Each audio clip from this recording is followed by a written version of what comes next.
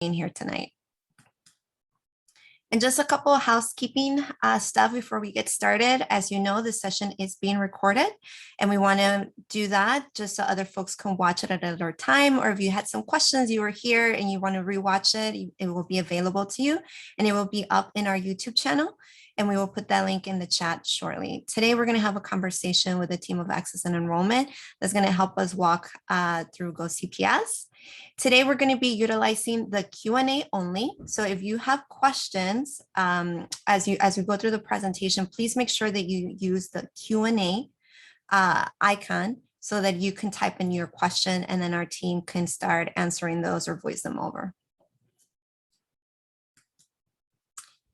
Just a couple more things before we get started. On screen, you guys can see some of the upcoming sessions that we have this week and next. So feel free to scan that QR code that you see on your screen. And also, if you get our emails, just click on the link so that you can RSVP for some of our other sessions that we have coming up. We are going to have College and Career actually joining us tomorrow with talking about college options and CTE programs for high school. And then our team is back again, trying to support us with GoCPS. And we'll also have as the experts tomorrow with SEL and supporting what we're doing in a CPS to support our students. Fridays, we have a nutrition and cooking class. And then Monday, we have an SEL session in Spanish. So once again, welcome everybody to the GoCPS application process workshop. My name is Berenice Pan, part of the FACE team here in Chicago Public Schools. Today, we have an awesome team joining us, giving us their expertise and how do we manage and maneuver this application process. So today we have Thais with us and Rohani that are going to be giving us their expertise and presenting to us. I'm going to let them introduce themselves and tell us a little bit about themselves. Thanks so much, Bernice, and thank you. So my name is Thais Huntley, and I have Rohini Bapu here. She is our senior application specialist, and I am our director of the office. We also have on our team Megan Trinrud and Janelle Soriano, who are going to be assisting us with your questions and answers in the Q&A button down below. So thank you all for joining us. We will get started. It's a lot of information that we're packing into this hour, and we will have time for questions as we go along. So we'll go.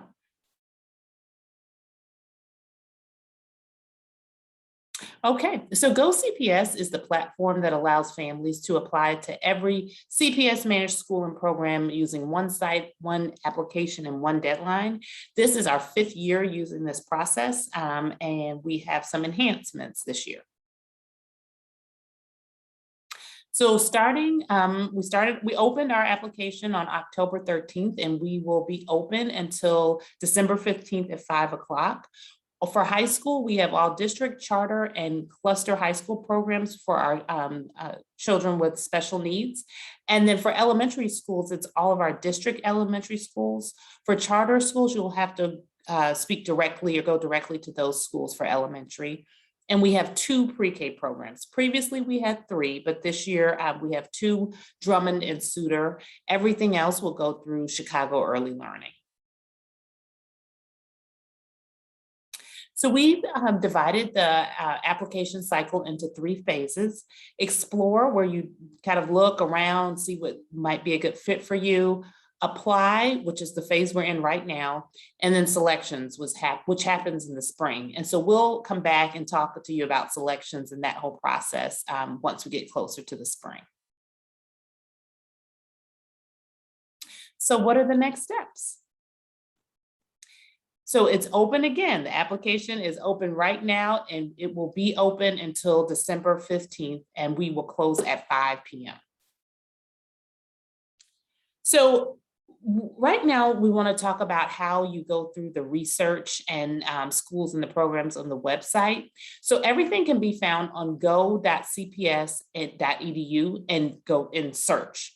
And so you can type in your address and just see where your schools, what school is near you, what's designated as your neighborhood school, and everything in between. So I just want to pause here to make sure, do we have the upfront slides as well in this one, Rohini? Is it after this? I'm sorry. It was from the. What do you mean by the upfront slides? Where we just talk about all the different types of programs. Yeah, Okay. it's coming. Okay, I felt like this is it. Sorry.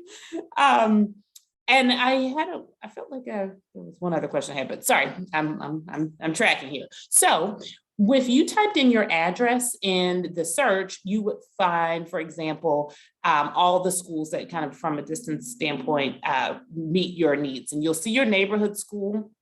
And then you'll see other schools based on proximity. And then you'll click on the name of the school to visit the school's profile page. So right here in the example, we have Amundsen High School. You can also search here by program type and program group. So up in the right-hand corner is where there are drop downs. So if you want to look specifically for arts programs or selective enrollment programs and that so on and so forth, you can do that by the drop down. So if you do click on Amundsen High School, for example, and you click on the school, it'll take you to this school profile page, and everything that has to do with our OAE office and the programs is under admissions. It's not intuitive because there is a button that says programs, but our information is housed under admissions. So you can understand what the requirements are to be accepted, how many applicants there were the year before, the number of offers, everything you need to know about the specific program. So now this is the slides I was thinking about. Thank you. Now we'll go into our pre-K and elementary school process and give an overview of both. So as I mentioned before, the magnet pre-K programs that we have are just two, Drummond and Suter this year.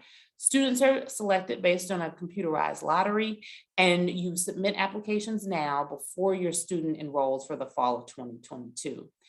The application process for everything else is through Chicago Early Learning, and that takes place later in the spring. So what are your options for schools? First of all, you always have your neighborhood school, and every street address is tied to a specific school, and you are entitled to go there.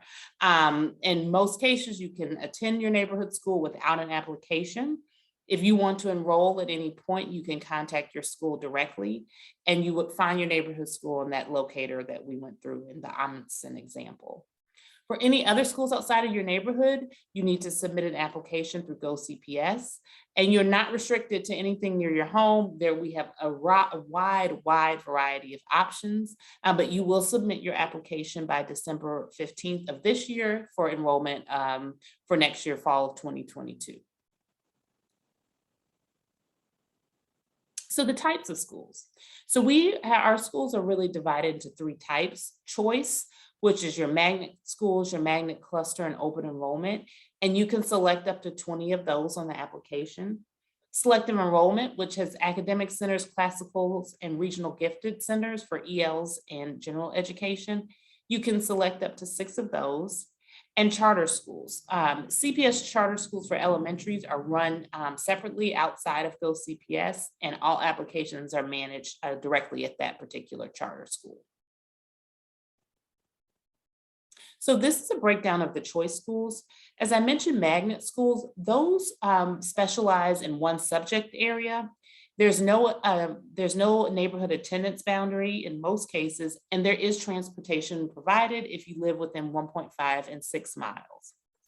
Magnet clusters are similar because they have the same one subject focus area, but they do have a neighborhood boundary, and out of attendance area students must apply.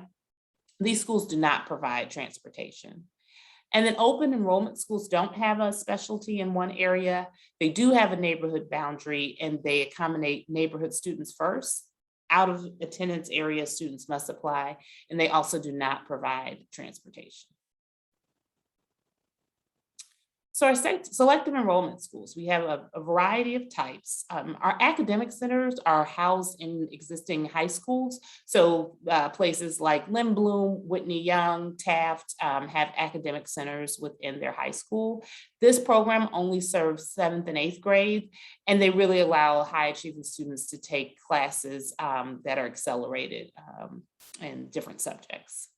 For classical schools, These are schools that provide accelerated programming in a theme like literature, math, language, art, humanities. Regional gifted are instructional programs that are accelerated, and they really deal with thinking, problem solving, and reasoning. And then the Regional Gifted Center for ELs is similar, except the primary language spoken there is Polish or Spanish. So these are the requirements for the selective enrollment schools. You can see that academic centers have a GPA minimum of 2.5 and 3.0 for classical and regional gifted. And then the regional gifted for ELs requires no lower than a B for the final reading and math grade from their previous school. For academic centers, students are selected based on a system of 600 total points, and that also includes grades and the admissions exam. And then the admissions exam for the other programs is what they're based on, just the admissions exam, no grades for the other programs. And students with IEPs, their requirements are the same as for general education. And the other thing is that we do take into account socioeconomic tier in the entry level grades. And we'll talk a little bit more about what tier means for those who aren't familiar. So once you've figured out, which schools in which buckets, this is what it looks like, a visual of how many programs you can apply to. For your neighborhood, you're guaranteed a seat. So you get that one automatic neighborhood choice right away. And then choice schools, you can apply to up to 20 schools and receive up to 20 offers. In this example, the student received the offers and then was waitlisted for the schools in the kind of light red. And so you'll have a wait list number there, and different schools move their wait lists at different paces. And then for selective enrollment schools, you can choose one of each of the types. So in this example, the person chose an academic center, a regional gifted for English, and then an international gifted program. Yeah. Okay, so now we will move over to high school. So high school, we have, for your neighborhood school, you do not have to apply just the same way that it's in the in elementary schools. If you're interested in your neighborhood school, though, we do encourage you to put it on your application and your order of preference, just so that we have it for tracking purposes and are able to understand your true preference there. Just like with elementary schools, we have choice programs and selective enrollment programs. Choice programs include neighborhood, magnet, CTE, which is career and technical programs, elementary IB programs, and charter schools. This year for our IB, which is International Baccalaureate, we do not require information sessions. We stopped doing those last year and decided to continue with that. It used to be a requirement for applying, so that's no longer. Military schools still require a essay and a grit survey, but everything else, everything else, the requirements are right there and they're not additional. And then you have your selective enrollment programs, and there are 11 programs listed here across the city. So program types, as you do in elementary, you have the option to choose from your program types. For choice, you select up to 20, but what's different here is that you only get one offer. In high school, it's a single best offer. So we really encourage families to rank your choices in the way in which you would want to attend. Like whatever is your number one, put that number one, and so forth. For selective enrollment programs, you select up to 6. And again, it's similar to the choice, you get a single best offer. So for high school, you can receive up to 4 offers. You can receive an offer at your continuing school. Continuing schools are schools that have 7th and 8th grade programs, and then also have a high school program that you don't have to apply to. So if you're already there in 7th grade, you do not have to apply. You're guaranteed a seat. For neighborhood schools, you're also guaranteed a seat, which we talked about. And then in this example, the person received an offer from their number 3 ranked school. So then they're waitlisted at their other choices that were higher. And then for the selective enrollment, you do not have a wait list. So this person received an offer from their rank number 2 school. And so that's what they received. They have just that additional offer there. So the selection process for choice programs is either lottery or point system. And then it's the priority preference. So some examples of priority preference include like siblings, proximity, if you're in that continuing enrollment, your attendance area, elementary preference, tier overlay, staff preference. So the process for selective enrollment is a little different. So we have the CPS high school admissions exam, which I'll talk a little bit more about on the next slide. We also take into account your final 7th grade grades. Some schools require admission screenings. Some have a geographical preference, and some may have essays and recommendations. So then in this example, there are 4 seats and 6 applicants. So if you are able to get, one of the seats, then you receive the offer, and then the other 2 are waitlisted. So all out of this example, there are four people who received their offer, the other 2 are waitlisted. So for the selective enrollment process, it's similar. So there's point system, and this is where tier comes into place. Tiers are your socioeconomic tiers that the city is divided into through 1 through 4. And when you go on the school locator, you can understand if you put your address in, it'll also tell you your tier. And so we have a point where 30% of the seats are filled by students with their highest score.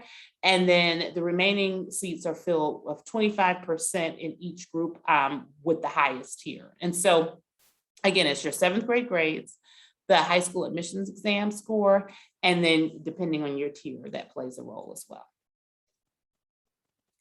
So it's a total of 900 points this year. This is different from last year because we no longer have NWEA. Last year we had NWEA grades and the selective enrollment exam. This year we have grades, and they account for 50% of your total. And so the point breakdown is below, so on the conversions of how many points each letter grade computes to. And then the other 450 points is made up of the high school admissions exam score. So they're half and half, 225 points for ELA and 225 points for math. So I want to talk a little bit more about the high school admissions exam because we get a lot of questions on this. So this year, we're using just the high school admissions exam for every program that requires any admission criteria. So that includes selective enrollment, IB, some CTE programs, military, fine arts, anything else that says that they're requiring test scores. And we will not have NWA at all this year. So current CPS students are actually going to be taking the test next week. We've been saying this for a long time. I can't believe it's actually next week. This is administered through our Office of Student Assessment. So if you have specific questions about testing environment or times or things of that nature, we invite you to reach out to the Student Assessment. Your student is already set to take the test at their school. You don't need to register. You don't need to do anything else. And that's the case for CPS charter school students as well. So for non-CPS students, we've listed the dates here. They're coming up over the course of the next 2 weekends after this one. So the 13th, the 14th, the 20th, and the 21st. You do have to sign up for these. And when you apply to certain programs that require testing, you're prompted to sign up for the test, and it will be at a CPS high school locations. Students, so you will take it when you sign up. So the point total, as I mentioned before, is 450. The ELA section is worth 225 points, and it consists of vocabulary, reading, and language. And then the math section is also worth 225 points, and it's just one section of math. Okay, so this is updated slide, looks so pretty. So the CPS high school admission exam is a computer-based exam. So this is different. The previous selective enrollment exam was paper and pencil. So for reading, this is a description of what the types of questions are like and the timing and the number of items. We got a lot of questions about the breakdown and wanted to know more. So we've added this. The written expression just is you testing your ability to really use effective standard American English writing. Math is really quantitative problems, and then vocabulary is a cross section of just general communication, and that's the shortest segment. So it's a total of 2 hours and 15 minutes with 174 items. So now, and I'm going to pass it over to Rohini to kind of walk you through the steps and show you with screenshots what it looks like, where you click, and how you would go through the application process on our website, go.cps.edu. Great, thanks, Thais. Okay, so if you are ready to complete your application, the best place to start is the GoCPS website, and that would just be go.cps.edu. Once you get to the GoCPS website, you're going to click the Apply Now button that is in the top right corner. And when you click that button, you'll come to a login screen that looks like this.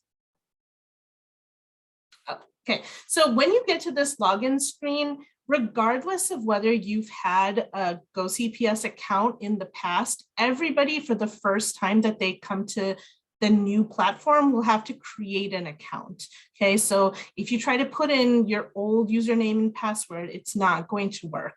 You have to start over with a new account. And then after you create the account, every time moving forward, then you can just put in your email address and password here.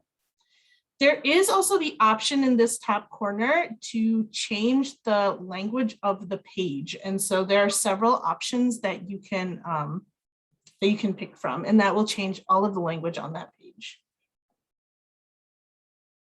So once you're asked to create your account, you're going to fill out your basic information here.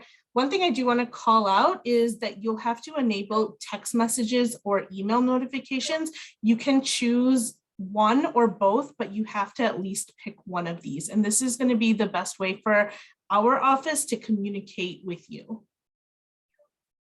Okay, once you get all of this filled out, you're going to go ahead and hit that Create Account button at the bottom. And what you're going to see next is what we call the dashboard. So you're going to see that your name here, or the parent name, whatever you filled out as the parent name, and then you'll see that there are no students. The first time that you come here, there'll be no students linked to your parent account. And so that's what we want to do first. We want to get started by adding your student to your account. Okay, so when you add a student, this is really, really important. When you add a student, you're going to come to a page that looks like this. And depending on whether you toggle to the yes or the no, it's going to look somewhat different. So this is when it's toggled to yes, and this is when it's toggled to no. The question that you're answering yes or no to is whether or not your student has a CPS ID. Now, regardless of whether your student is a current CPS student or not, if they've ever had a CPS ID, so that could mean that they've been a CPS student in the past and now are not, or whether they have never been a CPS student, but they have a CPS ID because of IEPs or anything like that. If a CPS ID has ever been created for your student, you must answer this question as yes. And so when you hit yes, these 4 fields are going to come up. So it's going to ask for that student ID, first name, last name, and date of birth.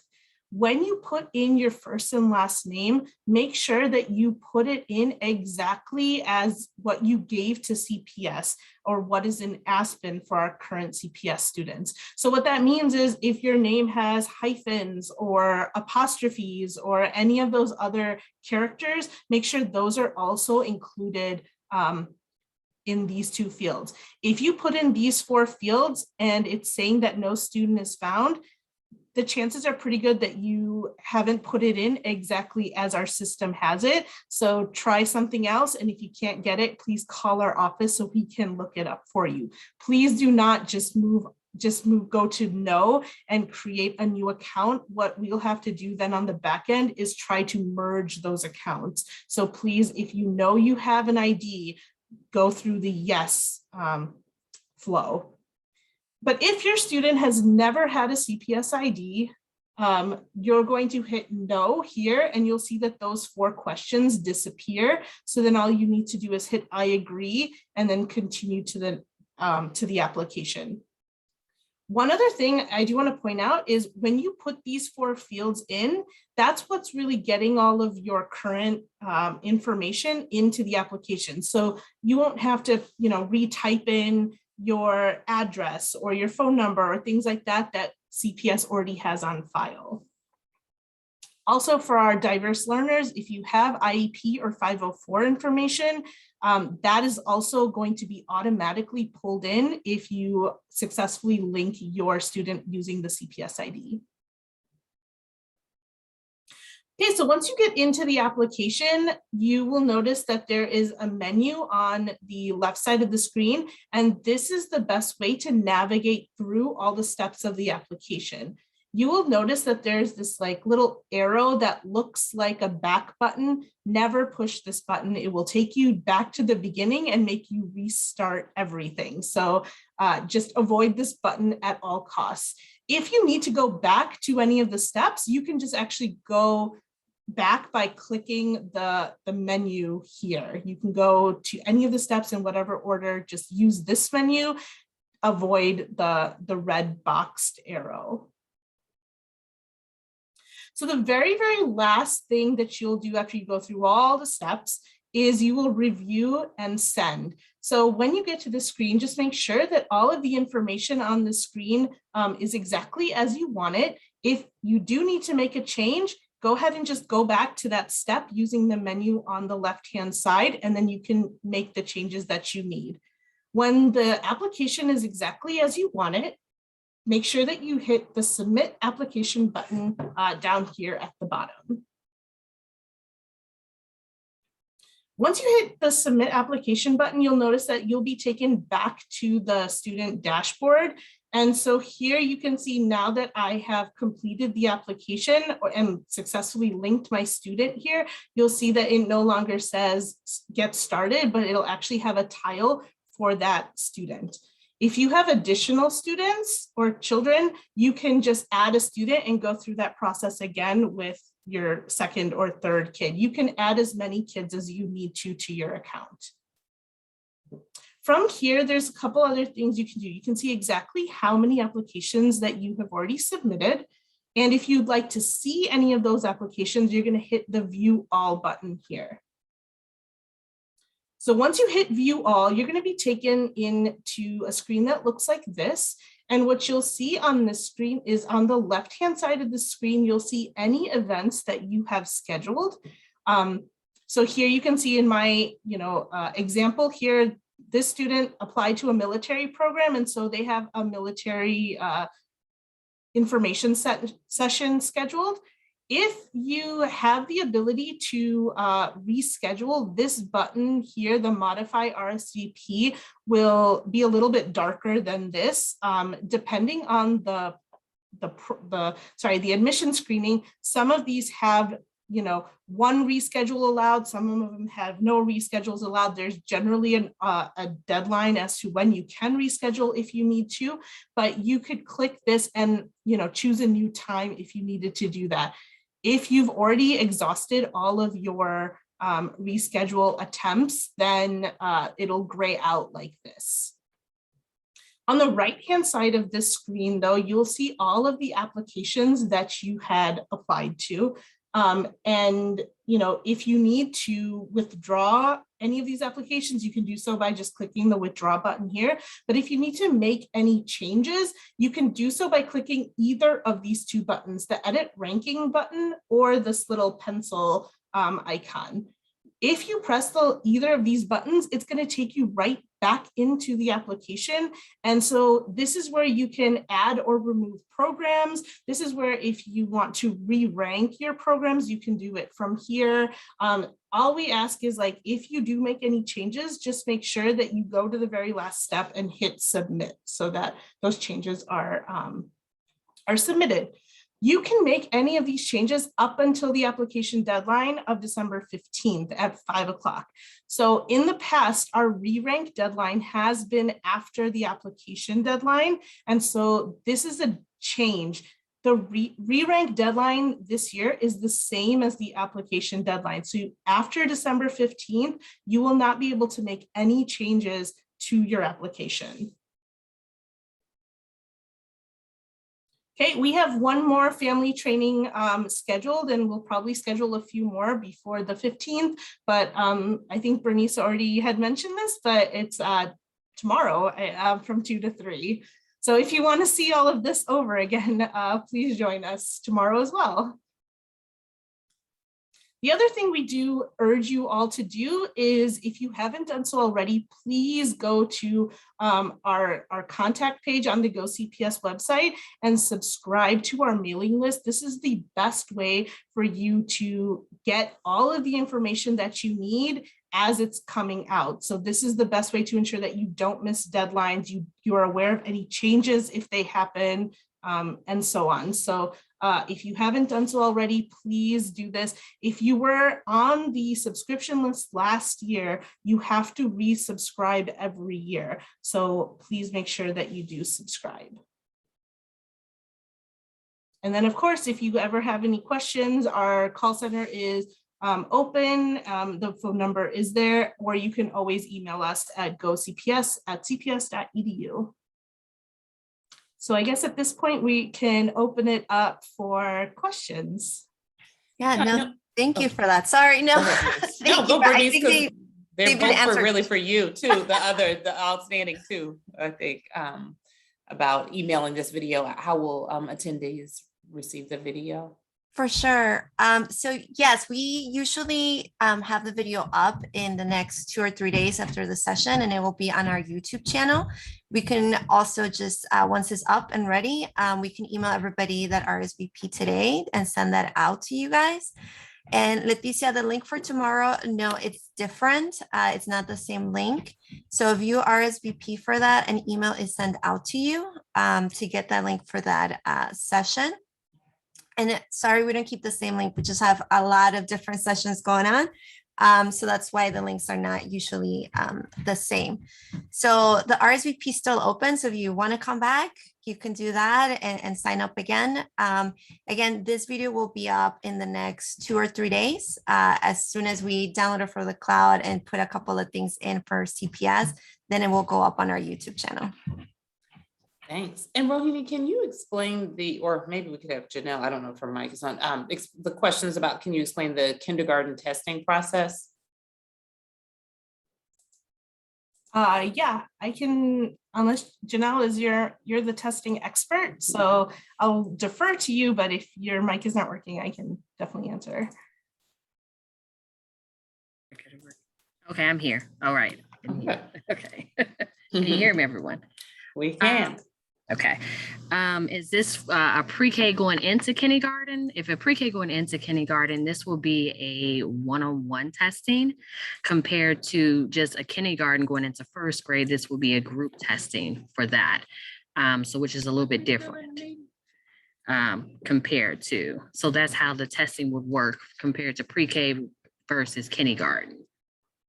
Okay, and yep, and you will be prompted to sign up for those tests when you apply to a program. So if wasn't just not sure about exactly the question, so want to cover everything, that if you sign up, if you apply to a program that requires kindergarten testing, or if it's for first or another grade, you'll be prompted to select your test date right there. And then you will receive more information and like a testing ticket once you are closer to the test time. I see another question about, oh, well, what month does kindergarten testing usually occur? I'll let Janelle do this, but I know we start, is it this month that we're starting? Yes, so Right it now in started, November. yeah, it started actually yesterday. Yeah, it started this week. Yeah, it started this week. So there are testing dates available for that. And that's what usually occurs, that it starts pretty early because pre-K is probably one of our biggest ones to test. So yeah, we start pretty early for that. And we it goes will other way, add more Go dates ahead. as we go. Yep. And I see a few people had their hands raised, but if you're able to type your questions in the Q&A, and then we can answer those verbally or type them in. Yeah, thank you for that, Thais. Yeah, if you guys can just type in your questions, that's helpful. Thank you, guys. Okay, and so one of the next questions is when are selections made for selective enrollment for kindergarten? And that is in the spring. We will announce, generally we try to target March for high school, and then elementary comes out later in the spring, generally in April.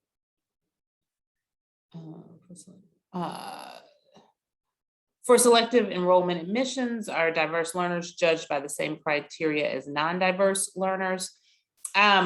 So no, they're not. So for high school, there's a different pool for diverse learners. There's a certain percentage of allocated seats at high schools for diverse learners, and so there's that they're still tiered within that pool, and then seats are determined that way.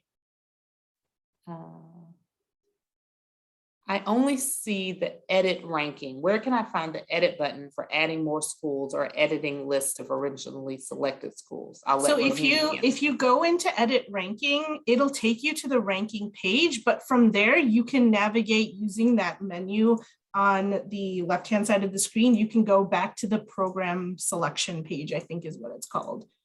And then you would be able to go through, do your search just like you did the first time, and add or remove schools just by finding them and clicking the little checkbox next to the program that you want to apply to.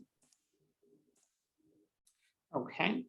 Is the admissions test for the sixth graders taken for the academic centers the same as the admissions test for eighth graders who take the admissions for selective enrollment high schools? Go ahead, Ronnie. Oh, no. So the test that the sixth graders take in order to get into an academic center is the regional gifted exam. It's at a seventh grade level. The test that eighth graders are taking, the high school admissions exam, is different. Okay, and Holly, yes, I'm going to answer this one out loud and loudly. Yes, it does. So the question is, does it matter how you rank the choice schools since you can receive multiple offers? So in elementary, no. Elementary choice schools, you can receive multiple offers, but there's no rank for elementary. But in high school, it is. The rank matters, and you can receive one offer for each selective enrollment and choice. And so we encourage you to rank in the way in which you would want to attend the schools. We get a lot of questions about, I think I may get into this one. Should I put it first? You really should put first the school you really want to go to. That's the way our algorithm is paired. We try to match people with their rank and move on down the selection process. So yes, it is very important to rank as you would like to attend. Can I add one thing? Yeah. For elementary, yes, you don't have to rank choice, but you do have to rank the selective enrollment schools. So please make sure that you do differentiate between those two. And then one other question we get a lot is if there's any, am I going to get penalized for ranking something first versus seventh or whatever? And no, there's no penalty to how you rank it, which is why I'm going to mirror exactly what Thais said. Please rank things in the order that you want to attend them. Doesn't matter what someone else ranks it. If they rank it much higher, they don't have a better chance of getting in because of how they ranked it. Yes. I see another question about saying, can you talk about round 2 and principal discretion? Yes. So for Round two, we open up round two for those schools that still have seats after we've gone through the round one process. And that's generally, you know, what is it like? So we usually have 2 weeks to accept or decline, and then it's about a week or so after that, after selections go out. The principal discretion process opens right around the same time as round two, and it is for specifically for selective enrollment high schools. If you've and you can apply to kind of be considered, there's a whole process of essay and any recommendations, any supporting materials. If you are trying to get into a school that you ranked on your original application, it's critical. You can't have, you know, not put Jones on your original application and say, oh, I'd like to apply to Jones through principal discretion. It has to be a school that was originally on your application. Each school has a limited number of slots that it's not usually generally shared each year. You know, you can ask or share the previous year, but it's a percentage of their total enrollment at the freshman level. So for example, Lane Tech is a large school. They would have more principal discretion slots available versus King High School or something like that. Should we apply if it's our district school, and how do we rank that if we do? I'll let Rohini answer that one. By district school, are we assuming that's a neighborhood school? I think so. That's what I'm. Okay, so if you truly want to go to your neighborhood school, that's like the school that you want to go to more than any other school, then rank it first. So again, like truly just rank the schools, regardless of whether it's a school that you have a guaranteed seat for or not, rank them in the exact order that you want to attend them. Great, thanks. So if you qualify for oh, that went away. Someone answered it. Okay. In the case of more kids tying for selective enrollment high school spots than are available, how will the tiebreaker be determined this year? I.e., if more people get 900 points, let's say, than spots available, how will the selection work? So we actually have a tiebreaker process that we've used in previous years that would still apply because it has to do with letter grade and so forth and so on. And we will revisit this once we get to the selection phase. This question has come up a lot. I know people are eager. And so we want to find out what everything looks like, and we will apply a tiebreaker, but we do have options that we already have in place that we can use going forward. And the question about principals, high school and athletics, if this is principal choice, principal discretion is exactly what that is. It's a completely up to the principal how they want to, send those offers out. I would just say that don't count on principal discretion. It's a very, very small population of people that get in on principal discretion. Your chances of that are very, very low. So if that's all I'm going to say, I guess. Thanks. If you received a choice or selective enrollment high school offer in round one, will you be offered another in round two, or will every high school applicant only get one offer from each selective enrollment and choice high school? So the answer is yeah. If for choice, you have the one offer, but you are on wait list. So you receive one choice offer and then you're waitlisted otherwise. You can apply for round two, but you have to realize for high school, if you get that offer from round two, it will forfeit your round one. So we encourage people only apply to round two if you are willing to let go of that round one offer, because if you receive it, you will not be able to have your round one offer. Now for high school, for selective enrollment, there are no wait lists, and we have maybe one or two selective enrollment schools do go into the second round, and you could apply that way, but it's not, again, you'd have to be willing to lose your other offer, as I mentioned before. Because the only schools that participate in round two are ones that still have seats after round one is complete. So not very many schools might be on the round two application. Okay, and this one, I don't know if this is a continuation from another question that was typed or another conversation saying that you applied, both your daughter signed up for one test and then you look, the other test is 2 hours earlier on the same day. That might be, unless someone was already responding to you, that might be one that you could email us at OAE or GoCPS.edu, right? Janelle is actually typing an answer. Or if you need to email us, because if it's a specific situation, it's hard to address here, but okay, someone will respond to you. Okay, great. Thank you. Awesome. Your team did an amazing job going through that Q&A. So I think we're good. Fantastic. I think a couple of things too, if you guys can reiterate, I know we're talking about testing for those eighth grade munchkins.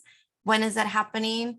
If you're a CPS student, are we good to go? So if you guys can reinforce that a little bit. Oh, You're on mute.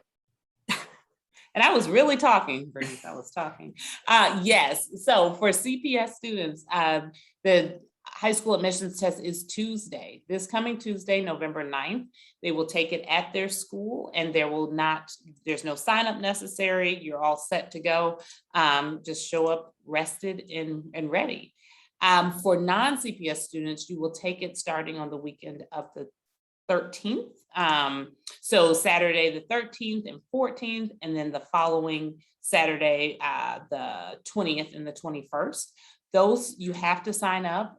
You sign up through your application. So when you apply to a program that requires testing, you'll be prompted to enter in your information and sign up to test. This is something I want to reiterate, Bernice. The testing will close for non-CPS students on November 10th.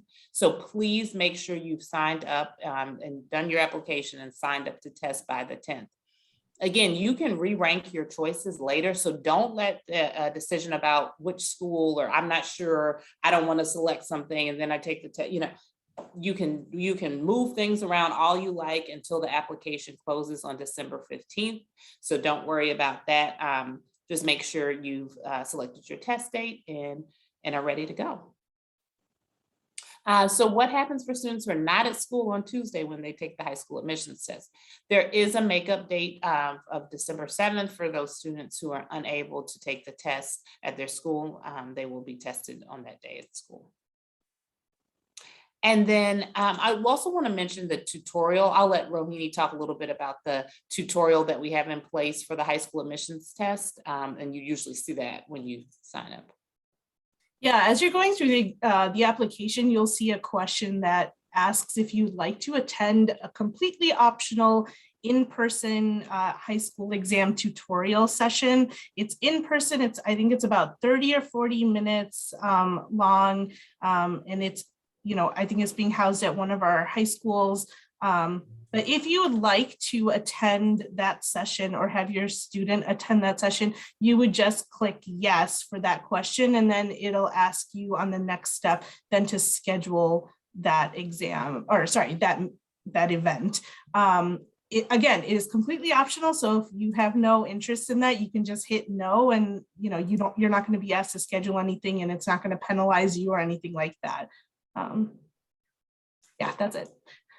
Oh, great. And yeah, it's actually 2 high schools are hosting the exam, the tutorial. So, and then what is the location of the testing for pre-K students going to kindergarten? That is, am I speaking correctly? Okay. That is IIT, Illinois Institute of Technology. It is, that's where we always house the pre-K testing, and we have it, there's parking available. It's easy to access. Please remind us, when will results be available for elementary and high school SE tests? I have 2. So for high school testing, we will make results available before the application window closes. We're targeting at some point in December before the application window closes. For elementary, I'm going to let Janelle answer that, because I don't know if we're sharing test results in advance. No, we're not. It won't be until the spring for doing results. Mm-hmm. Okay, thank you. How will CPS deal with kids missing the high school test on Tuesday? Do they need sick note? What if not coming so they can get an extra month of study? So again, our office does not manage that whole process. It's the Office of Student Assessment. And I'm pretty sure they probably sent something about how that's, how that'll be handled or what's required. Unfortunately, folks try to game systems or think something is different. This test is really an aptitude test about your learning abilities. It's not anything that more time is really going to give you. So if, we can't monitor people's decisions, but we encourage everyone that's available to test, because there will not be another test. So if that person really is sick the next time, then, there's nothing we can do about it. So if you're looking for like what your school specifically is doing, I would ask your school. Yeah, and counselors will have a good idea too. Mm-hmm. Yeah, for sure. Thank you guys for all those answers. I think if the test is this Tuesday, make sure your munchkins sleep the night before. They have a really good breakfast, that morning, and just encourage them that they're going to do great, because I know kids are always super nervous. So just encourage them, tell them how fantastic they are, and send them on their way. And, they'll do the best that they can for that testing. So thank you guys. And I know we're coming to a close. Again, your team's been awesome today, like answering all the questions. So I guess same thing as we did last time. I think from all of you guys, from your team, thinking of that one thing that you want parents to leave with today was a lot of information, a lot of really good questions that they asked and answers. Knowing that kids are going to test next week, parents are a little anxious. We can see from the questions that they have. What is the main thing that you guys want parents to leave today with? Yeah, I think for me, it would just be about exploring all your choices. I know a lot of people get hung up on the selective enrollment, especially for kindergarten. And I understand, but especially for high school and elementary, we have so many programs, so many, we see them all, and they're just like so interesting and different, tailored for different folks. So please make sure you explore and take a little more time. For CPS students, like there's no penalty or any, there's no advantage to waiting a little while to take some time and explore, or maybe adding, submitting an application and then coming back. But it's not a rush. For non-CPS students who are doing testing for selective enrollment, there is a time urgency to make sure you sign up. But again, you can come back, rank, and later change your options. So just, I know it's a stressful process. I know there's a lot of anxiety, but just try to take your time and do some research, ask questions, reach out to our office, check out our website. We put a lot of information there, and we really worked hard to make it accessible and user-friendly. Thank you. Rahani, is there anything you want them to leave with? I know there's a Spanish question, but I'll touch bases with that parent. Yeah, I mean, I would definitely, second everything Tai said, and just add, then as you're going into ranking, just like truly make sure that you are ranking based on where you actually want to attend, especially for our high school folk. Just don't try to rank it to try to game the system. You're only going to hurt yourself if you try to do that. Fantastic. Thank you guys for that information. Griselda, veo que tiene usted una pregunta. Puse mi correo electrónico en el chat. Me puede mandar la pregunta. No sé si es algo específico de un caso especial y yo la puedo conectar con alguien del grupo para contestarle su pregunta. Okay. Perfect. All right, guys. I see that they're putting more stuff in the chat. We have like 2-3 more minutes. I don't know if you want to address any of those before we disconnect with the folks. Yeah, it looks like Janelle's typing for one. And then this other question is, so if you qualify for a school but selected the school number 2, does that mean you won't be selected? Mythbusters page says differently. So again, we encourage you to rank in order of your preference. If you are matched based on the spacing in your ranking. And so if you qualify but selected the school's number 2, if you are matched with number 1, depending on the space and everything, you'll get number 1. If not, we'll move on down to number 2. There's no guarantee. The goal is to try to get everyone to get their number 1 ranked school, but that obviously due to space and limitations doesn't always happen. But we, again, encourage you to rank in the order that you are receiving. And we know if you qualify because we receive your scores on the back end and are able to match that way. Mm-hmm. Yeah, and Griselda, for your question, if you need to sign up for a test, if your student is in 8th grade in CPS, they'll take the test on Tuesday, so you don't have to sign up for anything. But if it's not a CPS student, then yes, the team share that during the presentation. There's when you're signing up, they'll give you dates and times for you to sign up for that test. And I see your question, Gianna, saying, will we know if we qualify? You will know what your scores are at the end, so you can go back and see we always post like the score map. So you'll see if you have a tier, what your score would be, and you'll know what the point totals are, so you can do the back end work yourself to verify once the scores come out. Principal discretion is only for selective enrollment schools. Awesome. All right, ladies, I think our time has run out. Thank you so much, everybody, for your questions. There were some amazing questions. To your team for powering through and typing away the answers, for you guys voicing over the answers to some of those questions. Parents, thank you so much for joining us and giving us your time. To our interpreter, thank you for providing access to our Spanish speakers. And everybody, have a great night, and we'll see you next time. Enjoy the rest of your evening. Thank you, guys. Have a good one. Thank you. Bye-bye, everybody.